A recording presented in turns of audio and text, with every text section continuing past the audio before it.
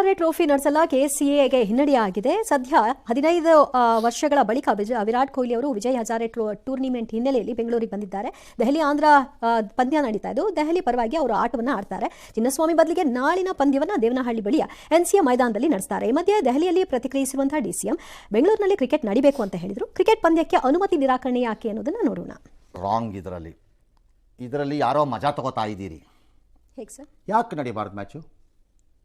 Y? Safety reasons ಹೇಳ್ತೀನಿ. ಏನು safety ಮಾಡಿಸ್ಬೇಕಾಗಿತ್ತು? ಇಷ್ಟು ದಿನ ಕತೆ ಕಾಯ್ತಾ ಇದ್ರು ಆಫೀಸರ್ ಸಂಗಾರೆ ಮಾಡಿಸ್ಬೇಕಾಗಿತ್ತು. ರಿಪೋರ್ಟ್ ಮಾಡ್ಬಿಟ್ಟು ನೀವು the so called brilliant committee should have gone early. ಕತೆ ಕಾಯ್ತಾ ಇದ್ರ 5 ತಿಂಗಳಿಂದ, ನೀವು 3 ತಿಂಗಳಿಂದ 4 ತಿಂಗಳಿಂದಾನು. ಈ ಬಡತವಿಂದ ದೇಶ ಉದ್ಧಾರ ಆಯ್ತದ? ಹೇಳಬೇಕಿತ್ತು ಕೆಸಿಗೆ ಗೇಟ್ಸ್ ದೊಡ್ಡದು ಮಾಡಿ ಅಂತಾನು ಕೊಡಬೇಕಿತ್ತು ಸಜೆಷನ್. ನಿಮ್ಮ ಮುಂದಿನ ಭವಿಷ್ಯ ನನ್ನ ಕಣ್ಣು ಮುಂದೆನೇ ಇದೆ ಅಲ್ವಡ. ನಂಬರ್ 2, ರೋಡಲ್ಲಿ ಆಕ್ಸಿಡೆಂಟ್ ಆಗತ್ತೆ ಅಂತ ರೋಡ್ ಬಂದ್ ಮಾಡ್ತೀರಾ? ಇಲ್ವಲ್ಲ. ವಿಮಾನದಲ್ಲಿ ಆಕ್ಸಿಡೆಂಟ್ ಆಯ್ತು ಅಂತ ವಿಮಾನ ಎಲ್ಲ ಸ್ಟಾಪಾ?